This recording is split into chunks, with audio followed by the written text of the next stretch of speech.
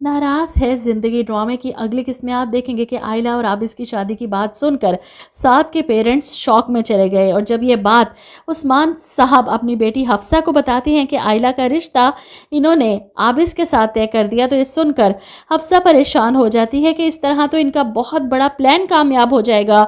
साद की जायदाद का बड़ा हिस्सा वो अपने उस यतीम भतीजे के नाम करवा रहे हैं आयला की सूरत में।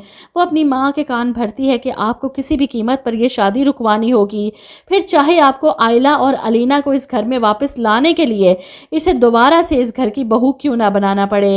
ये सुनकर माँ परेशान, क्या मतलब हफ्सा, तुम क्या कहना चाहती हो? जिस पर हफ्सा अपनी माँ से कहती है कि आप जीनिया और फहद की शादी के बजाय आयला और फहद की शादी के बारे में क्यों नहीं सोचती। इस तरह आयला और अलीना दोनों इस घर में वापस आ जाएंगे और साथ की जायदाद भी किसी बाहर के आदमी के पास नहीं जाएगी।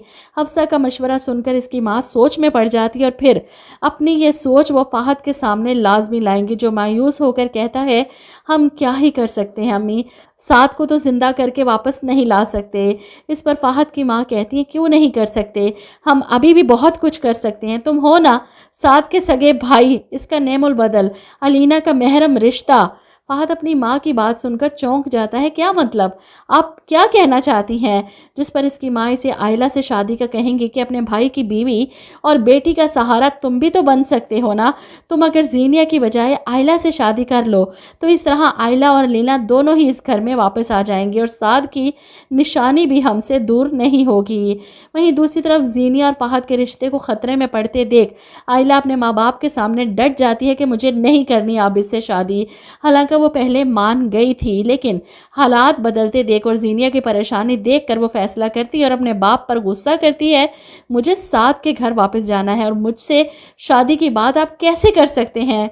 साफ साफ क्यों नहीं कहते कि मैं और अलीना आप पर बोझ बन गए हैं, मैं पाल लूंगी खुद ही अपनी बेटी को, मुझे आपके सहारे की ज़रूरत नहीं है।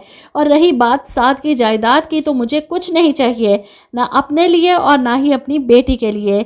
जीनिया अपनी बहन को देखकर इमोशनल हो जाती है, जो उसकी खुशियों के लिए अपनी खुशियाँ कुर्बान करने को तैयार है। जब इसके सामने ये हकीकत आएगी फहद और आयला की शादी की बात चल पड़ी है, तो ये कैसे बर्दाश्त करेगी जो फहद से शादी के लिए मर रही है।